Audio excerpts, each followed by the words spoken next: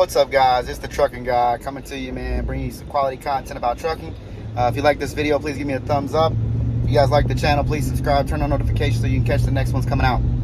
Let's get right into it, man. I'm gonna make this video about, I've been seeing a lot of people talking about non-CDL Hotshots making more than semis, and kind of weigh in on it. Give you guys a quick tutorial about if that's really true. Is it possible? Is that something that you can do? Can you go get a pickup truck and just jump right in the industry, start making more money than a semi, or start making the same money as a semi with a hotshot, a non-CDL hotshot to be more specific? And the answer is yes and no. And you're gonna be like, what? What the hell you mean yes and no? That's some bullshit. Well, it's true, because listen, if I get a non-CDL hotshot and I do wide loads, which you can do without a CDL, or I get into something specialized that I'm hauling hazmat, or if I get a customer and that customer's willing to pay me a premium, $3, $4, $5 a mile, and I get something that's dedicated and not load board based, where I'm just, running the spot market with a non-CDL hotshot, you could make more than a semi. It's possible. There's a potential to do it. Is it going to be, more viable? No, probably not. But there's a whole lot of people out there that have a non-CDL hotshot base of their company or base of their business that run 5, 10 trucks, 20 trucks, and they make money with it. Now, that is possible. Is that, the everyday thing? No, it's not. It's not going to happen. It's very, very rare. It's very rare that somebody's going to go get a non-CDL. They're going to go get a customer. They're going to hop in your pickup truck, grab a trailer, rent a trailer, lease a trailer, buy a trailer, and go straight to making money like a semi does, $9,000, $10,000 a week revenues and profiting those big profits. You're just not going to do it. But does it happen? Yeah, it happens. I would say out of, there's 4, 5, 6 million trucks on the road, and out of those trucks, maybe, 2%, 5% are non-CDL hotshots, and if they're even counting those in the quantity when they're counting. But anyway, is it possible? Yeah, it's possible. I actually know a couple people who have dedicated lanes, and I've had some dedicated lanes that I could have put on a non-CDL, hauling like oversized pools that were doing 10, 11, 12, $15,000 a week, using escorts, the whole 9 yards. But it's just, I don't hire non-CDL guys. I think to be out here as a commercial driver, you need to have a CDL. The non-CDL thing is just unprofessional in my opinion. But is there professional non-CDL guys? Yeah, probably. But why not go get your CDL unless you have a reason why you can't, a medical reason or some reason why you can't get a medical card or can't get a CDL? Then, you really shouldn't have a reason to not have a CDL. Go to school and get a CDL. But anyway, this point, I don't want to, let it drag on. The point is, can you do it? Can you use a non-CDL to make the same money that a semi does? Yes, it is possible. Is it the norm? Absolutely not. You get into non-CDL right now, you're going to get slaughtered. You're going to get annihilated because the fuel is ridiculous, and the brokers and shippers and customers on the load boards do not respect hotshots. In fact, I had one of my new dispatchers call me today, and he's like, hey, man, I called on this load, and they were good to give it to me for, $4 a mile for a step deck, and as soon as I told them it was a hotshot, they want to cut it to $2 a mile.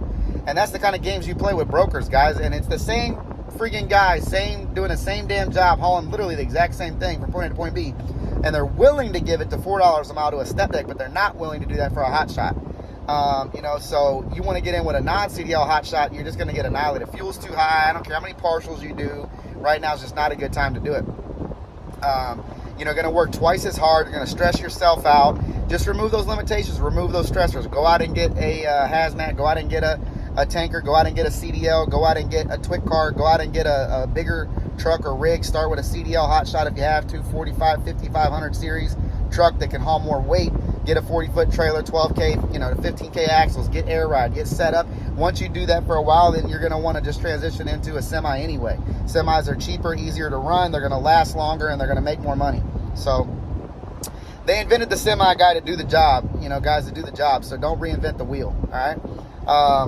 Can you make money comparable, and can it make more? Yes. Is it average, typical, or normal? No. That's going to be the 1% guy, the guy that's an exception to the rule, the company or gal that's exception to the rule because they've already got customers, or they're going to go out and get direct customers, or maybe their brother, uncle, cousin, whoever, father works in the shipping department at a major plant. They're like, oh, you don't even need to have a semi to load this stuff. It's super light stuff.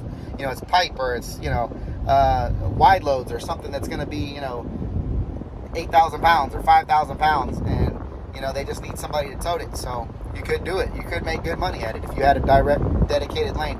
You're not going to get that on the load boards. I recommend not getting into non-CDL Hotshot right now with the way the fuel is. If you're starting your new company, your insurance is going to be $2,000, $3,000 a month starting out. Your expenses are too high. They're way too high. You know, you need to eliminate every limitation that you have. So, is it possible to make the kind of money that semi makes with a non-CDL Hotshot? It is possible, but it is not typical. It's not normal, and it's going to be almost impossible. Okay, so I recommend not doing it. That's the trucking guy signing out. Best of luck. If you are going to get into non-CDL, work hard. Use it as a stepping stone to quickly step into the next realm. You know, whether that be use that, then go get your CDL, then go get your TWIC, then go get your hazmat, then go get your tanker, whatever you're going to do. Then step up into CDL Hotshot, and then just continue to grow and get into semis eventually. You know, if you stay in the CDL Hotshot too long, you're never going to grow, and there's going to be a chance for you to go out of business because it's a tougher industry. You know, but it all boils down to getting direct customers and direct shippers, which is not easy to do. If you look at the statistics, I have a video coming out probably later this evening talking about the statistics and what FreightWaves is saying about, you know, loads migrating and moving and different things like that. But the majority of the loads are moving to the load boards, guys. They're getting away from direct customers and shippers, booking them directly with the truck because it's just harder, as well as the supply and demand. The demand is there. The supply is not of trucks. The capacity of trucks is diminished for the supply that you have. So what does that mean? It means it's a stringent, harder job on shippers to try to find trucks to carry their loads. So they want to send that burden off to brokers and people who are willing to do it, dispatchers, whatever. So that's kind of where we're at. I hope you guys like this video. Again, give me a thumbs up if you did. Go subscribe to the channel if you would, please. Turn on notifications right there, the little bell, click ding, and that way you catch the next one's coming out. Trucking guy out. Peace.